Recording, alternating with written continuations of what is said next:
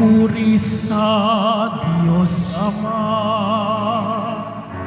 pagkat ipinahayag niya,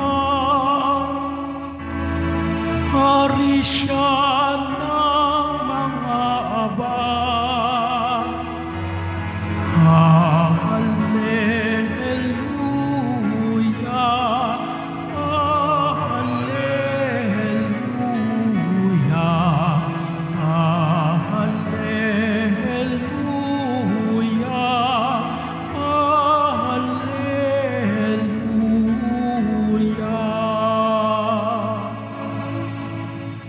Sumainyo ang Panginoon. At sumayo rin. Ang mabuting balita ng Panginoon ayon kay San Mateo. Papuri sa iyo, Panginoon. Noong panahong iyon, may nagdala ng mga bata kay Jesus upang hilinging ipatong niya sa mga ito ang kanyang kamay at ipanalangin. Ngunit pinagwikaan sila ng mga alagad. Datapwat sinabi ni Jesus, hayaan ninyong lumapit sa akin ang mga bata. Huwag niyo silang hadlangan, sapagkat sa mga katulad nila, nagahari ang Diyos.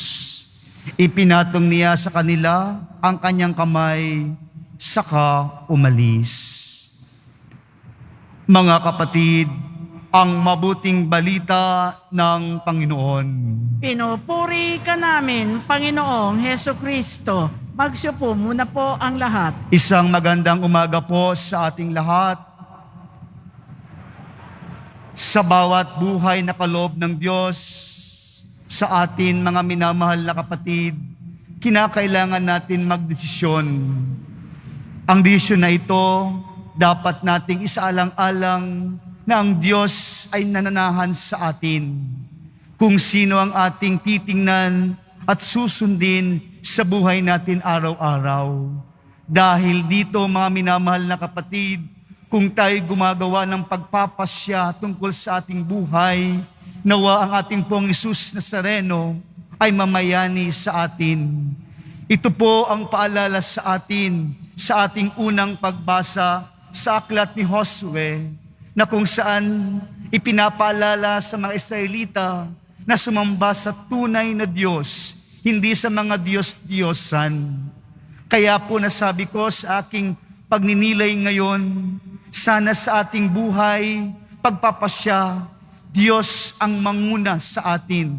Dahil sa buhay natin, minsan nataglay, Diyos minsan ang ating inaalala.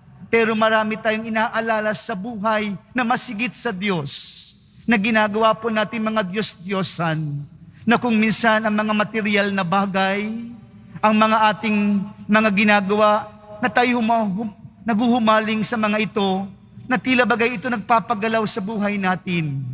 Nakakalimutan po natin ang Diyos na dapat nating sambahin at dapat nating tingalain sa buhay natin at tingnan at tanggapin ng lubos sa ating buhay paglalakbay araw-araw. Ito po ang ipinapaalala sa atin ngayon ng ating unang pagbasa, na kung saan kalimutan na natin yun, mga ginagawa nating pagsamba sa mga Diyos-Diyosan. Tayo'y tunay na sumampalataya sa Diyos, na siyang makapangyarihan, nagbibigay sa atin ng ating buhay at pangangailangan araw-araw. Minsan po kasi, sa buhay natin, marami po tayong sinusundan. Marami tayong niyayakap sa buhay natin. Mga minamahal na kapatid, sa pagdulog natin ngayon, sa pagdiriwang natin ngayon, sa presensya natin ngayon, sana po ang ating loob, ang ating pagpapasya, ang Diyos ang ating sinasamba at ating pinaglilingkuran sa buhay natin. Paglilingkod sa totoong Diyos, paglilingkod sa buhay na Diyos, paglilingkod na dapat nating gawin ang kanyang inuutos para sa atin. Mga minamahal na kapatid, ang paglilingkod ay hindi lang sa paggawa, kundi ang paglingkod ay isang paggawa o pagsunod sa kabutihan ng Diyos. Ito po ang inaasahan sa atin ng ating Panginoon. Lubos tayong naglilingkod sa Kanya.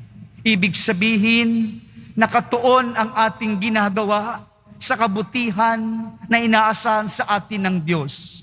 Yun ang paglilingkod na inaasahan sa atin.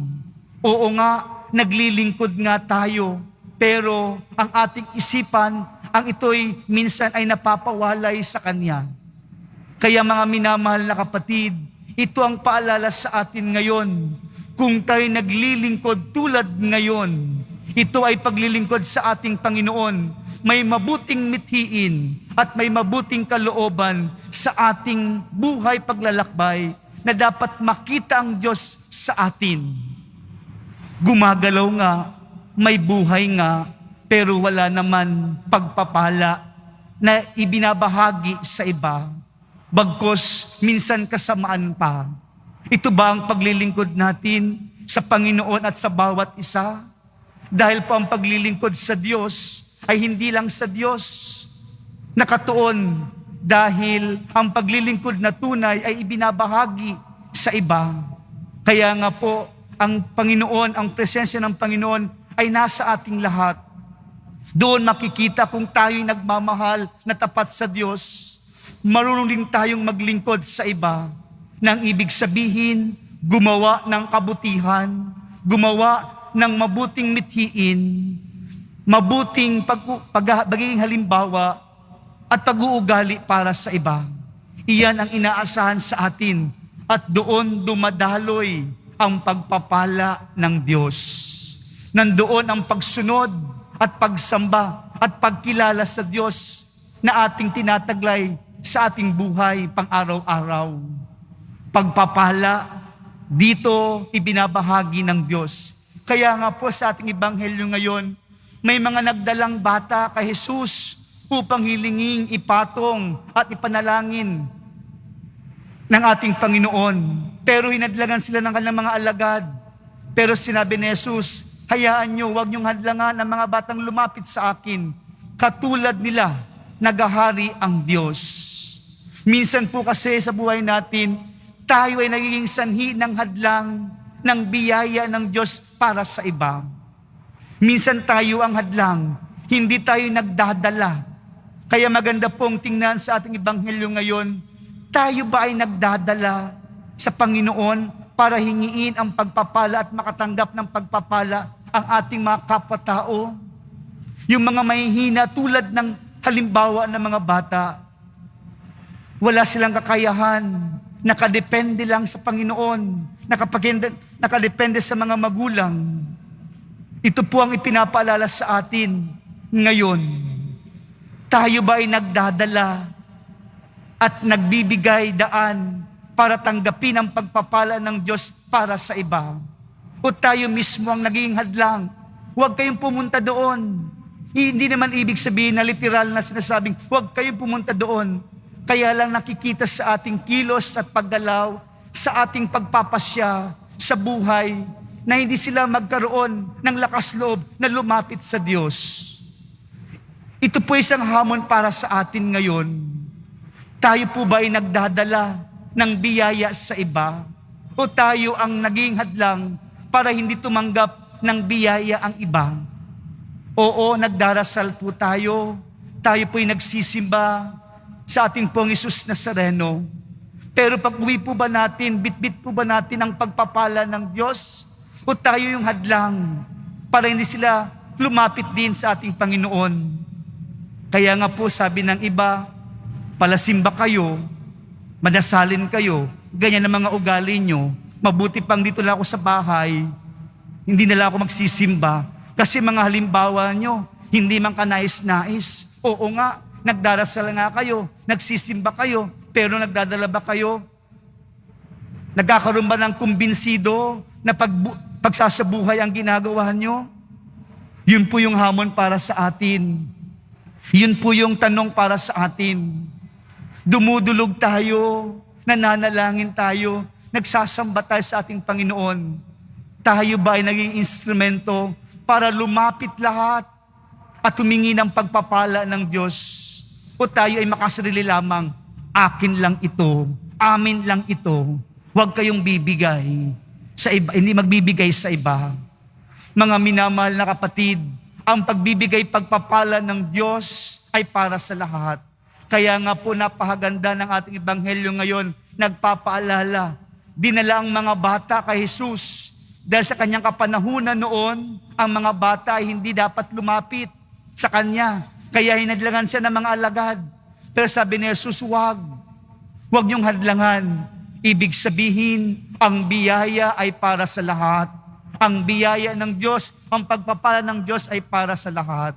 Kaya minamahal na kapatid, ito po ang paalala sa atin ngayon. Maging sanhi tayo, magdala tayo ng mga kapatao natin upang tanggapin natin din o tanggapin din nila ang pagpapala ng Diyos. Huwag tayong makasarili. Huwag po tayong iniisip lang po natin ang ating mga sarili-sarili. Kaya po sa pagpapatuloy ng ating pagdiriwang ngayon, 3 bagay ang dapat nating tingnan. 3 bagay ang dapat nating tandaan. Una, sa pagpili sa Diyos. Pagpili sa Diyos nang ibig sabihin, hindi lang sa salita, hindi lang sa mga debosyon, kundi sa ating ugali at totoong kinikilos araw-araw. Iyan ang pagpili sa Diyos. Oo, nagpunta po tayo sa dambana ng ating Pong Jesus Nazareno. Iyon ba ang pagpiling totoo? Hindi po nagtatapos doon. Paglabas natin sa dambanang ito, doon makikita kung tayo ba'y totoong pumipili sa Kanya. Isinasabuhay ang Diyos sa paglabas o sa pang-araw-araw nating buhay. At pangalawa, pangako. Ipangako natin sa Diyos, tutup din natin, tutuparin natin. Sana hindi tayo makalimot. Ito rin ang paalala ni Josue. Huwag kayong makalimot para sa atin na may Diyos. Huwag tayong makalimot na ang biyaya ng Diyos ay para sa atin lang. Oo Lord, pangako ko, tutuparin ko, pero ibibigay ko din, ibabahagi ko din sa iba. Marunong tuparin ang pangako. Minsan po kasi sa loob ng simbahan, sa dambanang ito, lahat tayo nangangako sa ating Pong Jesus Nazareno. Pero pag nandyan na, minsan ang tukso, ang kahinaan ng tao, nakakalimutan natin ang pangakong ito. At pangatlo, kung tayo'y pumipili, tayo nangangako sa Diyos, nandoon ang pagpapala na ibinibigay. Pagpapalang lubos. Alam ko po tayong lahat, humiling po tayo ngayon ng pagpapala ng Diyos. Isa sa mga dahilan kung bakit tayo nandito, hiningi po natin ang pagpapala ng Diyos. Opo, lubos ang pagpapala ng Diyos. Ang pagpapalang ito, dito po natin ipinapakilala ang Diyos na buhay. Diyos ang makapangyarihan na dapat nating lapitan. Wala tayong magagawa, wala tayong kapangyarihan kung wala ang pagpapala ng Diyos. Kaya po sa pagpapatuloy ng ating buhay, sa ating pagdiriwang ngayon, nawa tayo'y totoong pumipili sa Kanya. Tayo nangangako ng lubos sa Kanya at lubos nating tinatanggap ang Kanyang pagpapala na hindi lang pang sarili, kundi pang kalahatan. Ito po ang ating panalangin ngayon sa ating pagdiriwang. Amen.